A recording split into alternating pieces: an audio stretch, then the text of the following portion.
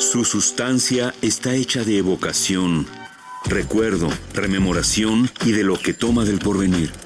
Porque es una parte fundamental de nuestra identidad. Somos nuestra memoria. El programa de Lina que nos lleva de viva voz con los especialistas. Muy buenos días, esto es Radio INA. La Secretaría de Cultura y el Instituto Nacional de Antropología e Historia los invitan a acompañarnos en la emisión de la serie Somos Nuestra Memoria. Contamos con la presencia otra vez del doctor Alfredo López Austin para continuar con el diálogo en torno al Monte Sagrado, este espacio particular, esta geografía invisible mesoamericana que es al mismo tiempo un receptáculo y una abreviatura del mundo. Mucho gusto de tenerte aquí otra vez, doctor López Austin. Y mucho gusto por la invitación. Vamos a retomar la plática que dejamos pendiente en la anterior entrevista y empecemos nuevamente, muy rápidamente, a explicarle a nuestro auditorio qué es el Monte Sagrado, muy rápido. Sí, bueno, retomemos el hilo, Salvador, y en la plática anterior, cuando yo levanté la mano, tú ya estabas en la réplica y no me pudiste dar la palabra. Entonces quiero empezar por decir lo que iba a decir como cierre de la plática. Y lo digo ahora. Es muy agradable, muy agradable ser entrevistado por el INA. Y porque son entrevistas inteligentes, conocedoras de lo que estamos hablando, y en particular quiero agradecerte, Salvador, todo el papel que tú juegas en estas entrevistas, el papel que juega Gabriela Marentes, porque lo hacen a uno estar muy contento aquí con ustedes. Ahora sí, pregúntame lo que quieras. Bueno, estamos contentos todos contigo aquí. Muy contentos además. Y sobre todo porque tocamos temas que no son tan simples, pero que los haces accesibles a la gente que nos oye, que son gente interesada, pero no especializada. Exacto. Me gustaría que esta segunda parte la dedicáramos básicamente a tus reflexiones, a tus intuiciones, a la manera como fuiste armando esto que ustedes llaman en su libro de Monte Sagrado, el Templo Mayor como Monte Sagrado, el paradigma que explica esta geografía y esta larga duración y que además asimismo es el resultado de una larga duración de mitos acumulados y que se van tamizando, arreglando. Es decir, que finalmente el Monte Sagrado que se destruye en la segunda década, la tercera década del siglo XVI, es solamente la última huella de una tradición larguísima, milenaria. Sí. Bueno, se trata evidentemente, como te decía, de algo que encontramos a cada paso. En el México actual, en el México del pasado, es una figura tan importante precisamente por ser el eje del mundo. Es lo primero que vamos a señalar. Un monte que es el eje del mundo, donde está en un mundo invisible, en una parte invisible de este mundo. Pero existe, está ahí, es el origen y el destino de todas las cosas. ¿Qué quiere decir? Si todos los gérmenes salen de ahí, todas las cosas vivas y todas las cosas que no viven, por eso te mencionaba, refrigeradores, aviones, etcétera, en la zona de invadida de narcos, metralletas, exacto, todo está ahí. Supermercados, que es la idea más próxima. También un lugar de donde brotan todos los males sería la bodega, el segundo elemento que vamos a llevar. Pero al mismo tiempo tenemos que ver la figura del dueño. Yo te mencionaba en la ocasión anterior que Johanna Broda había hecho una identificación entre el monte y entre el edificio y el dueño, que son lo mismo. Obviamente, ya una vez dicho esto, pues empezamos a encontrarlo en todos lados, no nada más en el monte sagrado. Esta identificación del contexto con la intimidad, la intimidad divina. Entonces, esto sacraliza todo el mundo. Y te había dicho que una de las características es precisamente, como otros muchos elementos cósmicos, su proyección. Se va proyectando en otros montes, pero aquí tendríamos ya, cuando menos en el México actual, una tremenda ramificación de proyecciones con especialidades. Y esto es muy interesante y no lo mencionamos en la entrevista anterior. O sea, aquí podemos concebir que el monte sagrado está gobernado por un señor que es el dueño jefe, el dueño, vamos a suponer, justiciero o el dueño presidente.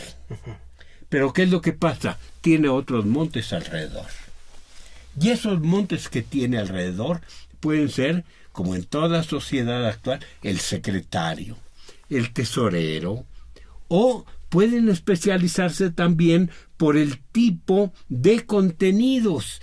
Y entonces vas a tener un monte en el que propiamente el dueño está caracterizando el papel, no completamente, pero del demonio dentro de la concepción cristiana. Sí, claro. Entonces es un monte donde se hacen los pactos. ¿Qué se pide al diablo? Obviamente, riqueza. Todo el mundo, como es bodega, todo lo que hay abajo es riqueza. Todo lo que hay arriba en el sol es pobreza. Entonces, abajo está la riqueza. Le pides riqueza al diablo. Pero también le pides que te dé dones musicales, te aprendes a tocar como Paganini, que hizo el pacto con el diablo, según dicen. Bueno, aquí también. Aquí tú tocas gracias al diablo. Y hay otra particularidad. Aquí tú puedes entrar en contacto directo de dominador con las bestias salvajes, sobre todo las traídas del otro mundo. Me refiero a caballos y toros. ¿Quieres torear? Vas con el diablo. ¿Quieres ser buen jinete en los jaripeos? Vas con el diablo. ¿Quieres tener dinero? Suerte en amores, obviamente. Incluso llegamos hasta pene grande. El diablo te lo hace crecer. Entonces, mira, es una particularidad de este ser. Y de eso pues tienes que hablar con individuos que tienen fama de empautados o empactados, como tú quieras decirle. Te lo van a negar, evidentemente, pero algunos te empiezan a decir que sí, efectivamente, ellos conocen a un compadre o que tienen un amigo que ese fue el que alguna ocasión les prestó algo de su poder o una guirnalda, esto es frecuente, una guirnalda para adquirir esos poderes transitorios mientras montaban un toro en un jaripeo y luego le devolvieron no se quedaron con... Yo nunca he encontrado un empautado que diga yo soy empautado. Claro. Eso se oculta. Pero sí es una cosa muy curiosa porque a cada monte tú le pides lo que quieres pedirle.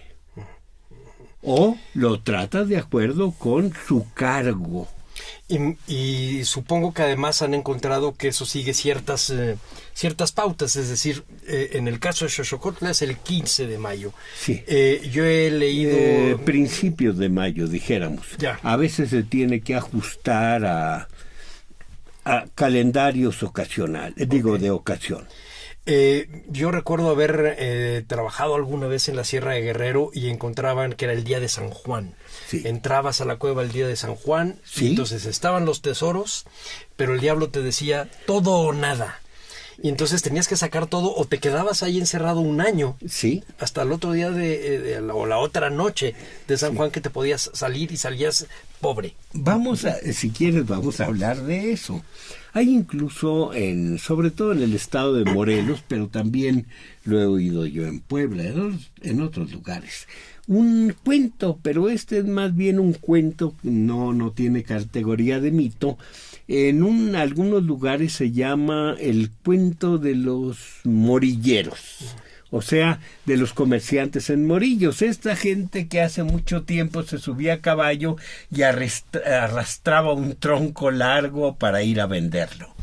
Hay un cuento de dos compadres que se fueron cargando morillos hasta un lugar donde uno de ellos se bajó porque una tienda quería comprar unos cigarros, se metió, de repente la tienda desapareció y el otro se quedó solo. Llegó al pueblo sin su compañero, obviamente fue procesado y fue condenado porque nunca pudo explicar qué pasó con su compañero. Y total, ya libre salió, pasó y encontró otra vez la misma tienda, pasó por afuera de la misma tienda. Y en ese momento, la puerta se abrió, salió su compañero con los cigarros que había comprado y le dice, ¿por qué te tardaste tanto? ¿Te imaginas? Años. Y entonces el otro le dijo, no, en cuanto me despacharon salí. Otro tiempo, claro. Otro tiempo, espacio. Sí. O sea, era lo que tú decías en la entrevista anterior. Aparentemente es el mismo tiempo-espacio. No. Es un tiempo-espacio totalmente diferente en que tiene uno que investigar qué características tiene. Y se encuentra uno con cosas interesantes. Y además ligas muchas ideas, aunque sean ideas sueltas como un cuento, que es ¿Sí? un relato, pero que ligas este relato que es eficaz en esta mentalidad. Exacto. Porque es parte de ese sistema. Tú puedes considerarlo incluso simplemente como un tiempo o como un milagro cuando entra a formar parte de la geografía. Pero no, tiene otros contenidos muy, muy profundos. Lo puedes encontrar como cuento en el cuento de Rip Van Winkle, sí, que tomó Washington Irving, precisamente de todas las narraciones indígenas que él tomó como base para escribir sus libros. ¿Cuál es la característica? Tú cruzas el camino, te vas a otro tiempo-espacio que no es sincrónico con este. Cuando tú regresas, o ha pasado muchísimo tiempo, o casi no ha pasado nada. Entonces tienes el caso contrario de aquellos que se van al otro mundo, al mundo del agua precisamente, encuentran allá hay enanos, encuentras a una enana, te enamoras, te casas, o la serpiente que tú en el mundo tuyo salvaste de morir, allá la encuentras transformada en una doncella. Total, tú te casas. Y ya que estás casado, tienes una vida matrimonial, que tienes tus hijitos. O sea, pasa mucho tiempo, sales y no ha transcurrido nada. O sea, al contrario, al revés. ¿Qué quiere decir? ¿Que allá el tiempo es más grande o más chico? No, que es otra cosa. Cuando tú te pones a estudiarlo, encuentras algo. Allá existe el tiempo de todo lo que ha sucedido y de lo que puede suceder, no nada más lo que ha sucedido, sino de lo que puede suceder. Y entonces en ese tiempo es cosa de dónde caes. Pero es un tiempo de causa-efecto, pero no es un tiempo es un tiempo sucesivo, como toda causa-efecto, pero no es de desaparición de ningún presente. O sea que es un tiempo... Como que se paraliza solamente.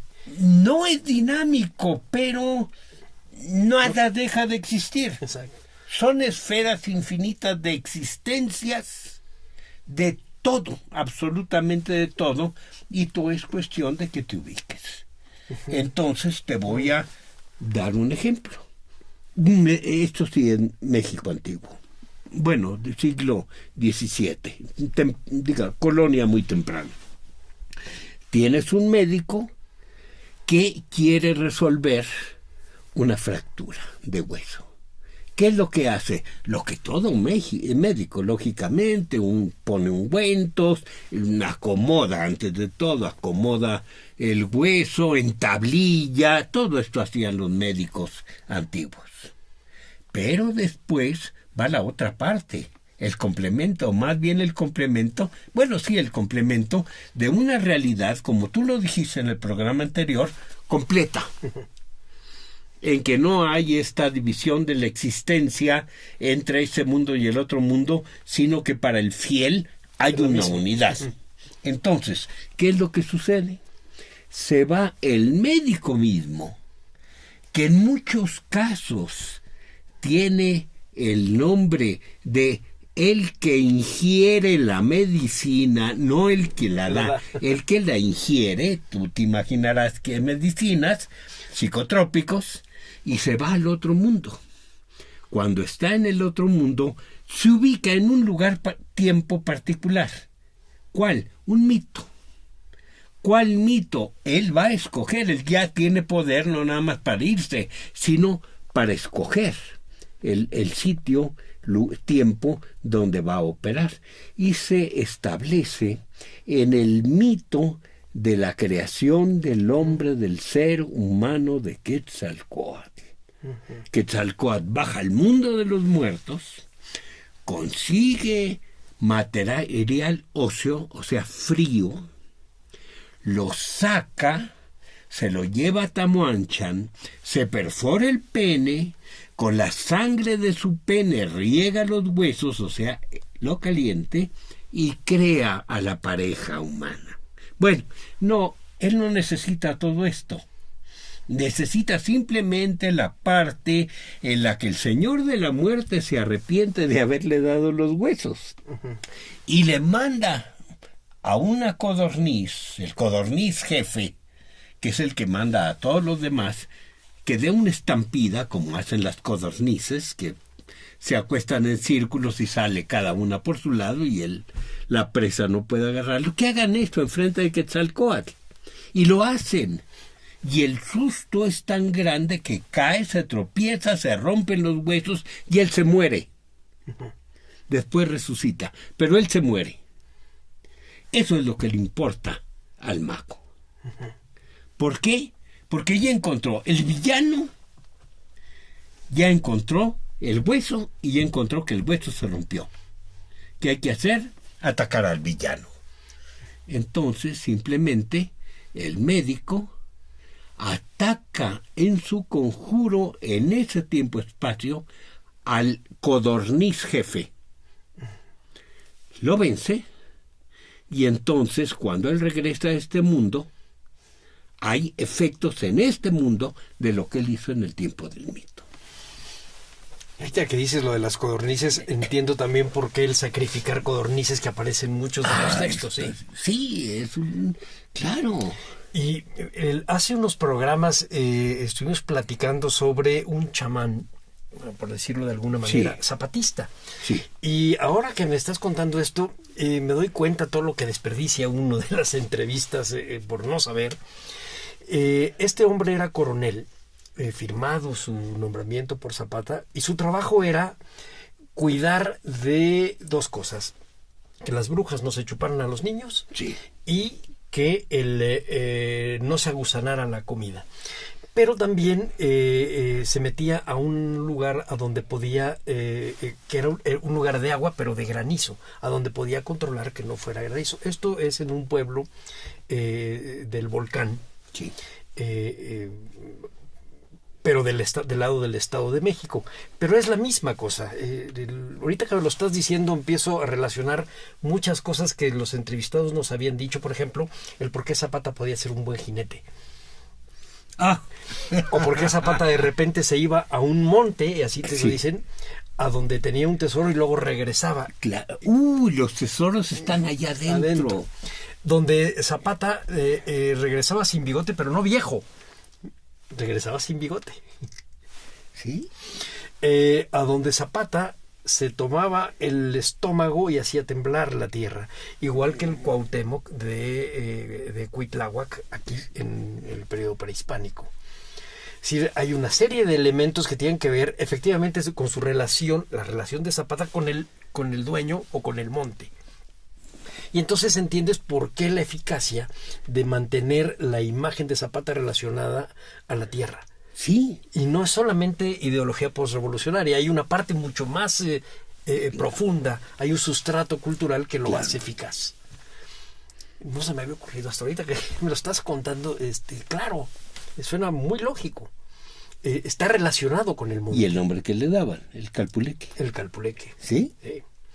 Y otra cosa que también siento que, y con esto regresamos a lo que decías tú de la relación entre el monte y el dueño, o el hombre, la persona que está ahí, la identidad entre uno y otro. Las imágenes que toman ustedes de, si no estoy mal, de los primeros memoriales, en donde está un pequeño cerrito con la cabeza y está el Popocatépetl y está así, todos los demás monstruos, pero tienen forma humana. Sí son los primeros memoriales. Bueno, unos están están en los primeros memoriales, uno está en los primeros memoriales y otro está ya en la obra del Códice Florentino, que es la misma tradición, pero en distintas etapas. Pero precisamente hace unos 3-4 días se publicó una revista de estas locales, se llama Crisol Mágico del Sur, donde se hace en la sierra aquí del sur del Distrito Federal. Entonces, obviamente enfocan estos problemas, no nada más lo que sucede en esta región, sino que de ahí parte la idea, y el número último que salió está dedicado precisamente a mitos, leyendas y todo eso. Es una revista muy pequeña, pero tiene buenas cosas, y entre las cosas excelentes en este número es que entrevistaron a Juan Benito Artigas, el arquitecto, para que les hablara un poco. Ya te imaginarás, no hay espacio en esta revista si Juan Benito habló unas cuantas cosas, pero muy interesantes. Y en la portada, ¿sobre qué? Sobre este templo de Xochotecco. El Xochotecco. Que es el infierno cristiano en las paredes de la iglesia. Es una cosa increíble, hecha por indígenas. Es el que tiene unos centauros y... No, es otro. Sí, pero es la misma idea. Es una carnicería donde están destazando a los muertos. Bueno, son escenas muy borradas, lamentablemente, pero muy interesantes. Entonces, el mismo Juan Benito les sugirió a los dirigentes de esta revista que pusieran en la portada al Diablo Mayor. Es una figura lamentablemente borrada del rostro, pero es una figura que en una comisura de la boca, que es lo único que se ve, se nota que es la bigotera de Tlaloc. El personaje tiene como collar, agárrate, un corazón y una mano, como la Coatlicue. Y el sombrero, que parece un sombrero europeo, lo comparas tú con esta figura a la que tú te estás refiriendo, del monte, y es el sombrero de Tlaloc, pero no cualquier sombrero, este precisamente, que es la única vez que aparece, que yo recuerde, en los códices de la colonia temprana. Entonces ahí ves cómo la idea cristiana se incrusta en el mundo mesoamericano. Y quien está debajo de la tierra es precisamente el dueño bajo su forma de Tlaloc, en el monte, como tú te lo acabas de referir. Y claro, pues el hecho de que se maneje como un diablo, bueno, ahora ya nos parece una cosa tan común, pero no pensamos al revés, es decir, no vamos del diablo hacia Tlaloc, sino siempre, digamos, el lector común y corriente va al de diablo Tlaloc. primero. Sí. Bueno, ese es un problema muy grave. ¿Cómo enseñar la idea de un ser tremendamente, absolutamente malo a los indígenas? Uh-huh. Y cómo darles a entender de los castigos en el más allá, el infierno. Fue un problema que nunca resolvieron, no se puede resolver siguiendo una base mesoamericana de pensamiento. Entonces, ¿qué es lo que se hace? La figura del diablo, representarla con lo que más se parece, dueño de riquezas, inframundo. No te puedes llevar las llamas del infierno muchas veces porque la mentalidad indígena te está diciendo que el infierno es tremendamente frío. Uh-huh. Claro. Pero entonces, ante ese problema tan grave, nos planteamos la posibilidad de juntar mucha gente. Bueno, no mucho, juntar un número bueno de gente de muy buena calidad y preguntarles, pedirles que hicieran estudios sobre la idea del diablo indígena, uh-huh, tanto en México como en los Andes. Y lo hicieron. Y trabajos muy interesantes. De religiones comparadas. No llegamos a la religión comparada. Llegamos a poner los materiales, okay, para que compare quien le dé la gana. Ándale, okay. Sí, los puros elementos, la pura parte gente heurística. Especialista. A ver, hay una persona, una investigadora del Colegio de México, especializada en textos de la Inquisición. A ver, háblanos tú de este problema. Hay otro señor especializado en la figura del demonio, pero en la caricatura. Un señor que es historiador, pero que su trabajo mayor es ser caricaturista. El Fisgón. A ver, tú, háblanos del demonio en la caricatura. Tú, háblanos. Una de las muy brillantes estudiantes de la universidad brasileña ha trabajado los dos lados. Entonces fue la única que trabajó comparativamente. Okay. O sea, Mesoamérica y los Andes. Sí. Pero el libro tiene de una parte y de otra. Y que los lectores juzguen que es incomprensible esa figura. Sí. Ese libro lo organizamos Luis Millones y yo. Si doy la ficha, va de... Está perfecto. Cuernos y colas del diablo. Ah, está perfecto el título. Pero bueno, sí, suena, realmente es una gran idea. ¿Cómo vieron al diablo y cómo lo rescata cada uno? Y cómo no lo entienden. Pues no. Y cómo tienen que entenderlo a su manera. Pero es que fíjate, Alfredo, lo que porque no tienen esta carga ética, pero finalmente donde está el puente está en el asunto de los tesoros. Es decir, lo más que se puede acercar es que puede tentarte. Eso es todo. Sí. Nada más. Es el dueño de las tentaciones, pero hasta ahí. No, pero que te puede donar cosas. Bueno, el diablo eso hace, como lo decías hace un rato. Y los pactos son muy diferentes a los que se hacen en Europa, pero se hacen pactos. Vamos a hacer un pequeño paréntesis para recordarle a nuestro auditorio que estamos platicando.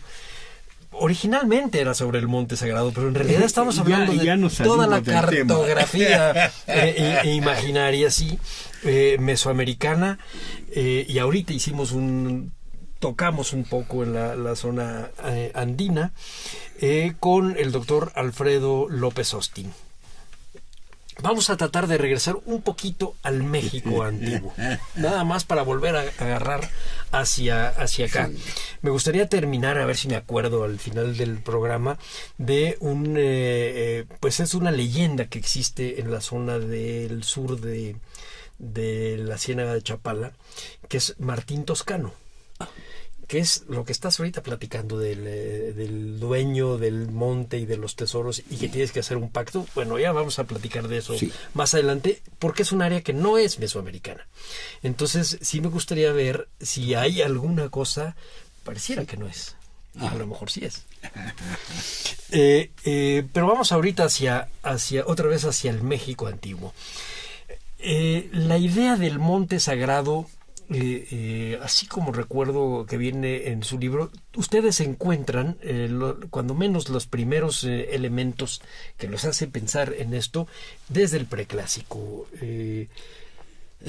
Bueno, quizá no así, pero sí, cuando desde menos el preclásico, iconográficamente. en cuanto ya el preclásico medio, el preclásico tardío. Lo cual estamos hablando de un pensamiento que tiene, pues por lo pronto 2500 años. Sí. No más. Sí. O más, sí. Y además, pero ya incluso muy difundido en Mesoamérica. Ustedes tocan, empezando, si no estoy mal, bueno, ven cosas de Mezcala, ven cosas de los mayas, y al último acaban terminando también mostrando cuando menos ofrendas de Mezcala en Templo Mayor. Lo cual lo hace también coherente. No es un pensamiento histórico, es a lo que me refiero. No, pero yo no pensaría en ese sentido. Hay que recordar que por lo regular, lo que se ofrenda de Mezcala tiene algunas veces pinturas actualizadas o mexicanizadas. Sí. Y van con ese sentido. O sea, se usa el soporte artístico, pero le daban su remozadita. Okay. Sí, pero de todos modos no se puede negar esa continuidad, no se puede negar el parentesco de las tradiciones. Y si no lo haces como un conjunto mayor, no entiendes los problemas. Te voy a dar un caso particular, no menciono los nombres porque ya ni me acuerdo. Vienen investigadores europeos, eran ellos, creo de los Países Bajos, no sé exactamente de dónde, y hacen un estudio muy interesante sobre la región en la región de Morelos, en el estado de Morelos. ¿Qué es lo que sucede? Explican unos candeleros, muy buena investigación en cuanto a comparación de elementos confrontados de opuestos complementarios, y te explican todo a partir de la historia local.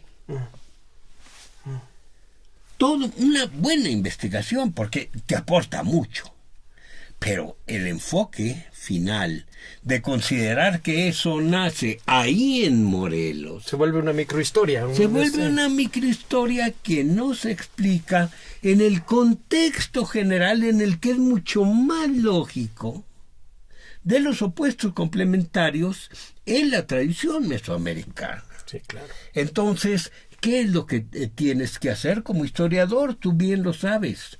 esto que voy a estudiar, tengo que estudiarlo dentro de estos límites espaciotemporales. Si los subo, no entiendo bien. Si los bajo, tampoco entiendo cabalmente. Tu primera obligación es decir, mi posición es esta. Para estudiar este problema requiero de tal tiempo-espacio. Sí. Para enfocar. Y esto es lo que no habían hecho ellos. Si era una cosa local, lo estudia localmente. No tiene los elementos para buscarlo. Queda solamente como una... Queda como una buena aportación. No se les puede negar una buena aportación. Pero evidentemente no es un enfoque adecuado. No supieron escoger la altura necesaria para contemplar el problema. Claro. Sí, digamos, para que lo sepa un poco el público, incluso cuando van a un museo, lo que las cosas que ven, la manera como están armadas, son un punto de vista. ¿Sí? Y si no manejas un punto de vista desde el principio, sí se te puede ir... se te desfasa. Se te desfasa. Acabas pensando que lo que estás viendo es el hecho y no solamente una interpretación del hecho. Exacto. En tiempo-espacio. Es decir, no le marcas su límite, no caminas por su frontera. Su lógica. Su lógica, exactamente, sí. Sí, bueno, esos son los problemas a los que un especialista los como historiadores tú, nos enfrentamos todos los días. Sí. Y además, no solo con fuentes modernas, yo creo que tú has manejado y te has manejado de una manera muy prudente. A veces eres quizá de los más prudentes en los límites reales de lo que te está dando una fuente. Yo me acuerdo que para más o menos entender tu idea del hombre Dios tuve que leerlo como 3 veces, porque tu aparato crítico es muy meticuloso, es muy cuidadoso para saber exactamente a dónde estás tocando. Y sin embargo, haces una interpretación general. Es decir, estás hablando efectivamente de Quetzalcóatl en el último tramo de un caso. Sí, de un caso, y sin embargo tienes que tomar todos los hilos para poder entender ese caso. Exacto. Porque si no se daría como un fenómeno, y no es un fenómeno, en realidad es una generalidad. Sí, es un caso en un proceso. Exactamente, sí. Pero un proceso al que tú tienes que señalarle aproximadamente tiempo-espacio. Claro, tienes que pintar su mundo, si no te queda como un grafiti y no como una, como una figura. Sí, una forma. Y tienes incluso que llegar, esto es una cosa que no olvido a mi maestro, el que me enseñó todo esto, un excelente maestro, Eli de Gortari, cuando Eli nos decía, ustedes como científicos deben usar la imaginación en esta y en esta y en esta y en esta parte del proceso de investigación. Ya que lo hicieron, aquí ya terminan los límites y aquí entra ya el uso de la lógica estricta con lo más que se pueda con hechos concretos. Y comprobables. Entonces sí, hay que navegar de un lado a otro según donde te estés ubicando en el proceso de investigación. ¿Te acuerdas cómo empieza el libro del Mediterráneo de Brodel? Ay, no. Dice, el mar. Sí. Hay que imaginarlo. Sí. Y a partir de ahí se va él a los hechos concretos. Claro. Pero lo primero era, hay que imaginarlo. Claro. Eso es lo primero que hay que hacer. Ahora, me gustaría que hemos estado hablando de ejemplos casi en el corazón de Mesoamérica, el estado de Morelos, el estado de Puebla, México, Oaxaca, que es el corazón de Mesoamérica. Bueno, y si nos fuéramos a las fronteras de Mesoamérica, no seas malo, vamos a irnos a las fronteras. Mira, me estás planteando un problema. ¿Qué importa? Grave, porque en la digamos, no puedo decir la investigación que está ahorita en proceso, pero en fin, empecé hace años y ahorita estoy en un punto difícil de la investigación. Es sobre, digamos, gigantes, los gigantes que viven dentro de las piedras.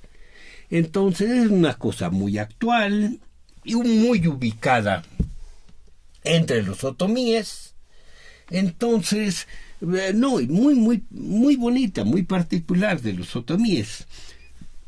Pero te pones a estudiarla y se va ampliando y se va ampliando y se va ampliando el terreno. Y te das cuenta que no es una cosa nada más de los otomíes.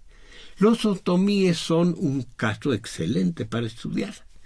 Pero en todo ese proceso me pasó lo que en otra ocasión también los reyes subterráneos. Con los gigantes empiezo a irme más allá de los límites tradicionales de Mesoamérica. Y empiezo a llegar pues, a mi tierra. Hasta Chihuahua. Hasta el norte de Chihuahua, pero más allá del río. Okay. Digo, no, yo no crucé el río. Yo nací de este lado, pero del otro lado del río. Mucho. Y entonces es cuando tú te planteas la pregunta, ¿he manejado bien los límites de Mesoamérica? He manejado lo que otro gran maestro, Kirchhoff, nos decía. Pero él mismo nos decía, rompan los límites que yo señalé de Mesoamérica. Nunca le hicimos caso. Pero ahora ya de viejo, pues sí veo que hay que romper hacia el noroeste de México estas fronteras, cuando menos en algunos aspectos, pero entre ellos la concepción básica de los mitos de origen del cosmos. Que con ellos están relacionados los gigantes. Entonces, porque serían de una época anterior a la nuestra, cuando menos en la parte mesoamericana. No, ¿En la de ellos? no, los gigantes son más allá de la creación del hombre. De la creación del mundo. Sí. Pero es una idea que comparten otras sociedades que están más allá de los límites tradicionales de Mesoamérica, sobre todo caítas. Caítas tanto yaquis como coral.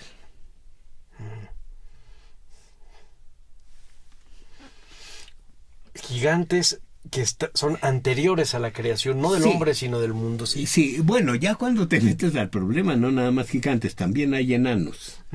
Y es donde se complica mucho el problema, es ahorita uno de las... Te voy a decir por qué pensé en el de la época anterior, o sea, de la edad anterior a la del hombre actual, no solo por la leyenda de los soles, sino porque hace muchos años que estuvimos trabajando en la Sierra Norte de Guerrero, cuando encontraron unas muelas probablemente de mastodonte, nos decían los señores de este lugar que se llamaba Pilcaya, nos decían, los encontramos abajo de piedras porque eran los gigantes que vivían antes de que saliera el sol.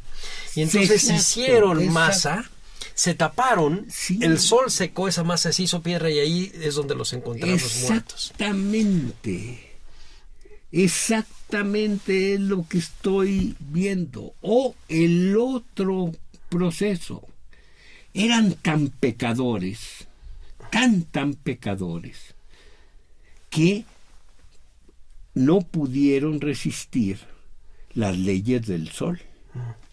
Y les mandaron en castigo el diluvio. Tú has mencionado ahorita que eso lo leíste en la leyenda de los soles. Sí, exactamente. Ellos se acaban cuando llegue el diluvio. Es cierto. Pero están vivos y allá abajo. Entonces el chiste es cómo se les da vida. Y esto es lo que hacen, entre otros, los otomíes.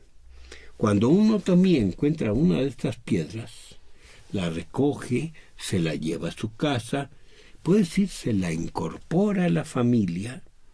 Muchas veces los ponen en canasta y los llevan a misa los domingos a que oigan misa, los devuelven, los tratan con todo el respeto porque saben que hay ahí adentro.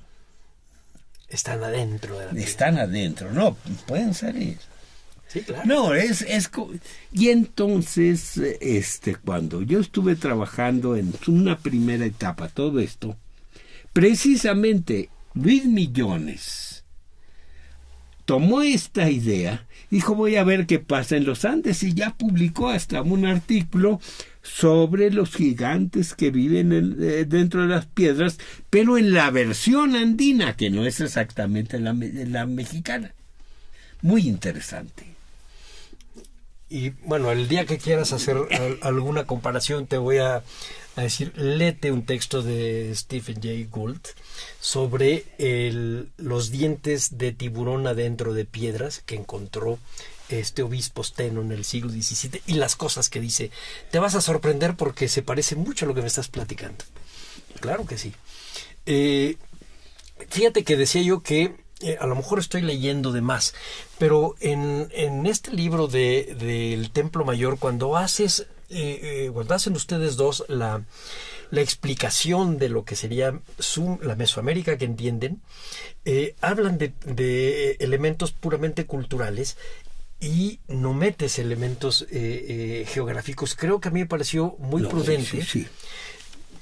Porque sí nos rompe un poco el esquema No, pero mira, sin ser determinista geográfico, tenemos que ver que propiamente Mesoamérica nace al sur del Trópico de Cáncer. Ah, sí.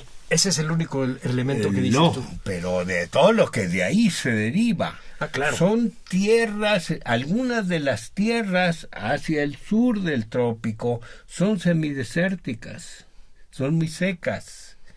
Y hay una planta que se puede domesticar en esos territorios, y otra, y se difunden y se adaptan a los climas de toda Mesoamérica mientras existan regímenes de lluvias en que tú puedas manejar un cultivo nada más contemporáneo. Uh-huh. A mi juicio, esa es la base, no es lo único, pero esa es la base de Mesoamérica. El trabajo de la tierra con agua de temporal, pero cultivando básicamente maíz y las otras tres que se mencionan tanto, chile, calabaza y frijol. Pero es un concepto de geografía que no es el que estábamos acostumbrados a leer es mucho más rico y mucho más lógico, porque es una geografía, digámoslo en términos humboldtianos, es una geografía humana.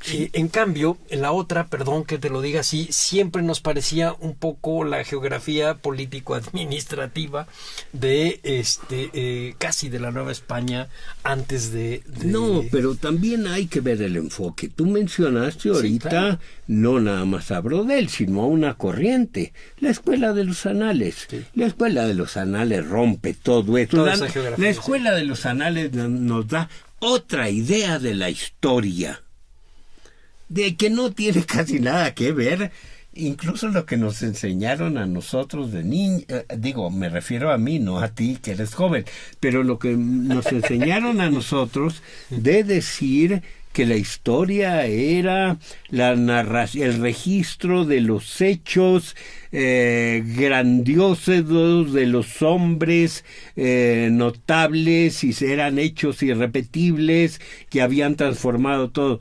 Bueno, con esa idea yo crecí de la historia, y después me empiezo a enterar que eran ya viejas las otras ideas de una nueva concepción de la historia, en la que la historia la hace el hombre, no los hombres, no los generales, no los gobernantes. La historia la hace el conjunto humano, la sociedad en intercomunicación.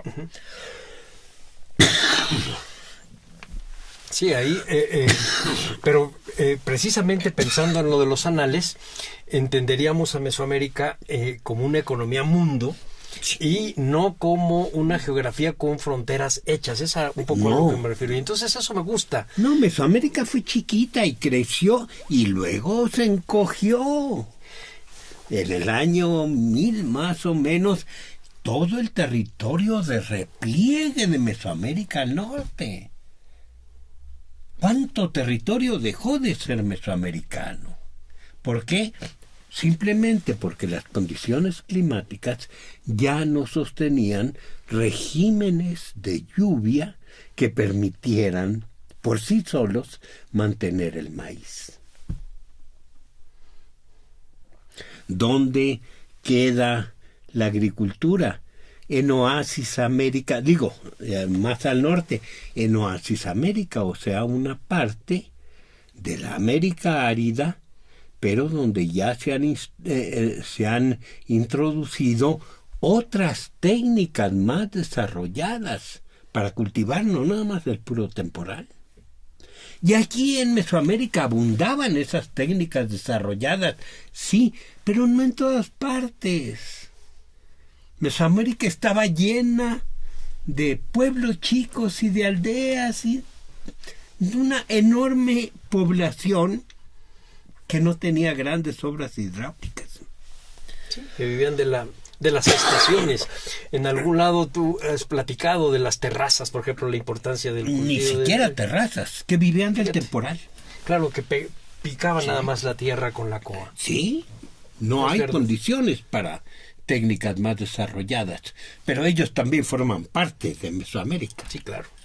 Sí. Aunque sean los más amolados, los menos, ellos forman parte de Mesoamérica. Quisiera, para el último tramo de nuestra plática, retomar el asunto de Martín Toscano solo por una cosa, y que tiene que ver igual con lo que nos platicabas hace un rato de lo que habían encontrado en el centro de Morelos, etcétera. Sí. Que es cómo las leyendas y cómo toda esta construcción de los montes, del tesoro, del dueño, tiene también una evolución y se va actualizando dependiendo el tipo de gente que la va repitiendo y la va viviendo. Yo te puedo decir que, por ejemplo, hoy, te estoy hablando septiembre de 2017, conozco gente en la zona de Zamora, Michoacán, que te jura y perjura haber encontrado la cueva de Martín Toscano y que Martín Toscano les dijo, éntrale, y les dio miedo. Y entonces tienen que llamar a más gente porque ellos no están preparados. Porque les da miedo exactamente entrar a este tiempo paralelo en donde el presente está ahí, se mueve, pero es otro presente, no es el del mundo de afuera, sino el del mundo de adentro. No, y aparte hay una serpiente enorme, venenosa, es verdad, en todos los límites, en cualquier parte de Mesoamérica. De hecho, ahorita que lo dices, la manera como encontró la cueva es porque oyó el cascabel. El cascabel. Es cierto, no, ahorita me estoy acordando. En todas partes, en Yucatán eso es abundantísimo. Pero a lo que yo iba es que el hombre que nos contó esto, que es gente de pariente político de nosotros, no tiene nada que ver con la cultura purépecha. Él es un hombre, digamos, un criollo, digamos, o un mestizo de la zona de Chapala que sube a la zona purépecha y se lleva esta leyenda que no es purépecha. Si la preguntas entre los indios de ahí, no, ellos no la maneja la gente de abajo. Claro. Entonces, porque no es cuestión étnica. Sí, claro. Estamos hablando de cultura. Estamos hablando de una geografía. No de genes. Exacta. Claro, muy bien. Es verdad eso también. Sí, no me refería a la parte de los genes, sino al peso de la cristianización de ciertas cosas. Exacto. Porque es muy especial aquí, muy especial la cristianización. Sí. Sí, no me refería a los genes, pero está bien. Sí. Lo pude haber dicho. Yo creo que ahorita podemos ya ir cerrando tu programa. ¿Qué futuro le verías a las investigaciones de la historia comparada? Ya nos dijiste que ya pusieron sobre la mesa y que lleguen otros, pero en realidad, ¿hacia dónde estás imaginando que podríamos ir? Podrían ir los historiadores del futuro haciendo estas comparaciones. Mira, yo estoy viendo, Los textos ahí están, incluso los restos arqueológicos que salgan de aquí en adelante, bueno, ahí estarán y se podrán interpretar.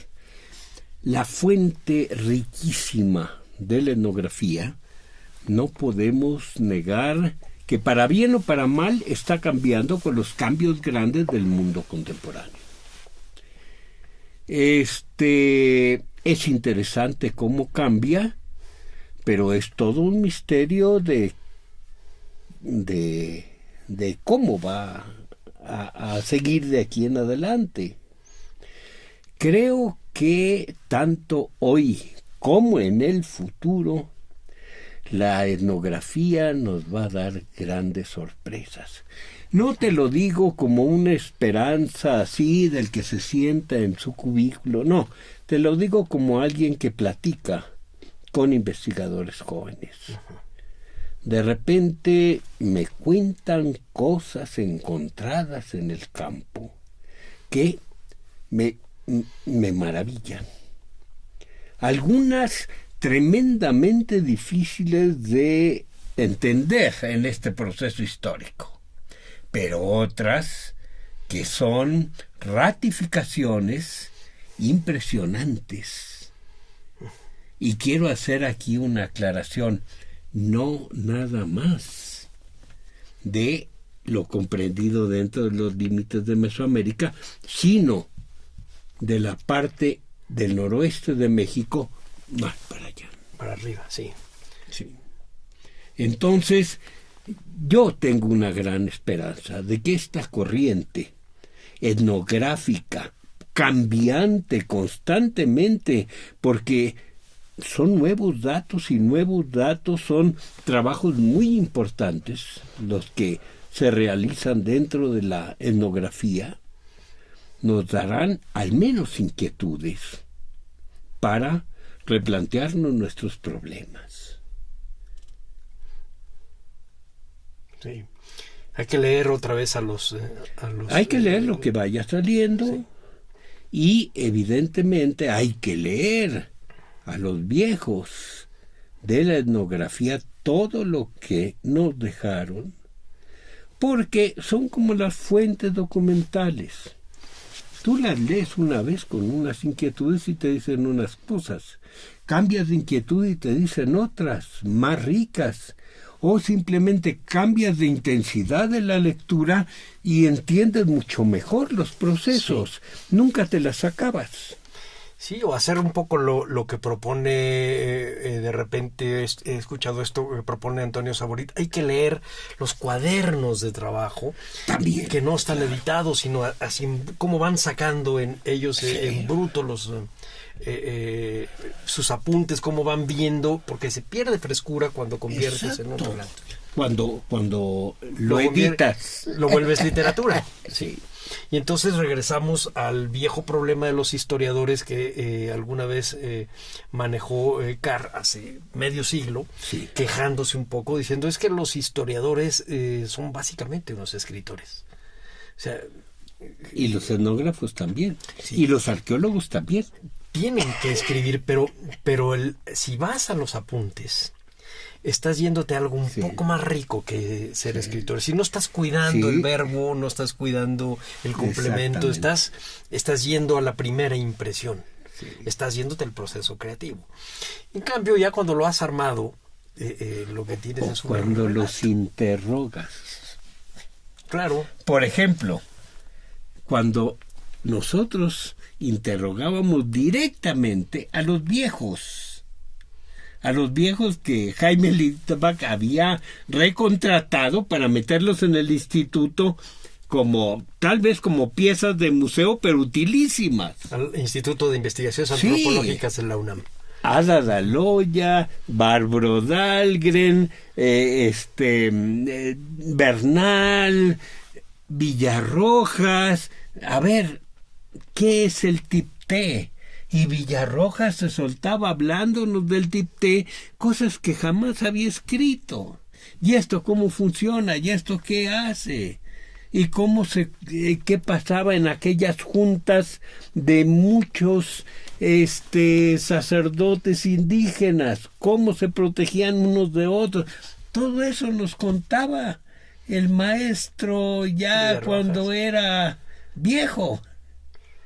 Y bueno, no nada más él, todos los demás. Y eso enriquece mucho. Porque, como tú dices, no está pulido. Está fresco. Es lo que nos está contestando a bote pronto. Sí. Y eran cosas interesantísimas. No, bueno, me imagino. Yo voy a pedir que tú no tires tus apuntes. Ahí guárdalos por lo que más quieras. No, yo, digo... No los tires, doctor. Bueno. Esa va a ser una gran herencia. Porque bueno, yo que te he leído los últimos 40 años, no todo por supuesto, pero lo que cae en mis manos, que tampoco es poco, sí noto esta evolución intelectual, esta coherencia que te va llevando, no eres un chapulín, va muy claramente primero de la traducción y del acercamiento a las fuentes, hasta toda esta interpretación que te arma un modelo que te permite pensar en esta abreviatura del mundo que es el Monte Sagrado. Creo que con esto, doctor, te damos las gracias. Vamos a terminar ya. Antes de la rúbrica, te vuelvo a agradecer la inteligencia de tu intervención y agradecer nuevamente a Gabriela Marentes detrás de todo esto y a Lina por la forma en que me hacen las entrevistas. No, yo te lo agradezco a ti. Muchas gracias. Vamos a dar por terminado este programa a nombre de Radio INA. Esta emisión fue posible gracias a la generosa participación del doctor Alfredo López Austin.